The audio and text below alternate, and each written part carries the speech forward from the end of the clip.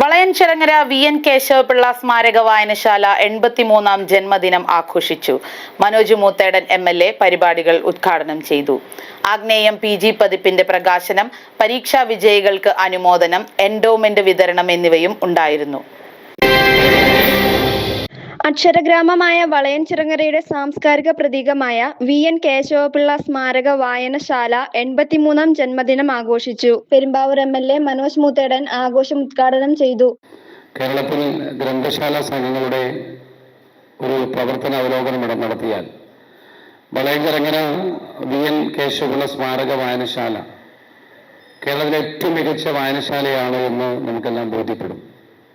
അത്രയേറെ ആളുകൾ ഒരു തലമുറയാകെ അറിവിൻ്റെയും ആശയസമ്പന്നതയുടെയുമെല്ലാം വലിയ തലങ്ങളിലേക്ക് കടന്നു പോകാൻ അവസരമുണ്ടാക്കിയ ഒരു വായനശാലയാണ് നമ്മുടെ വളയൻചിറങ്ങര വായനശാല.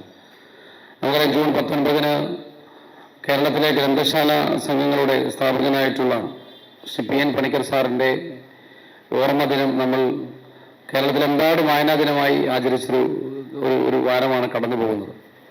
സ്വാഭാവികമായും കഴിഞ്ഞ ഒരാഴ്ചക്കാലം കേരളത്തിലെമ്പാടും വായനാ ദിനവും വായനാ വാരാചരണവും ഒക്കെയായി കേരളത്തിലെ മുഴുവൻ ഗ്രന്ഥശാല സംഘങ്ങളും സവിശേഷമായിട്ടുള്ള പ്രവർത്തനങ്ങളുമൊക്കെയായി കേരളത്തിൽ വായനയുടെ ലോകത്തേക്ക് പുതിയ തലമുറയെ മടക്കി കൊണ്ടുവരാനുള്ള ശ്രമങ്ങളുമായി കടന്നു പോകുമ്പോൾ ഈ വായനശാല എല്ലാ കാലത്തും പുതിയ പുതിയ പദ്ധതികളും പ്രവർത്തനങ്ങളുമൊക്കെ ആവിഷ്കരിച്ച് പുതിയ തലമുറയിൽ വായനയുടെ ഒരു സംസ്കാരത്തിലേക്ക് കൊണ്ടുവരാനുള്ള ശ്രമങ്ങൾ നടത്തി വരികയാണ്.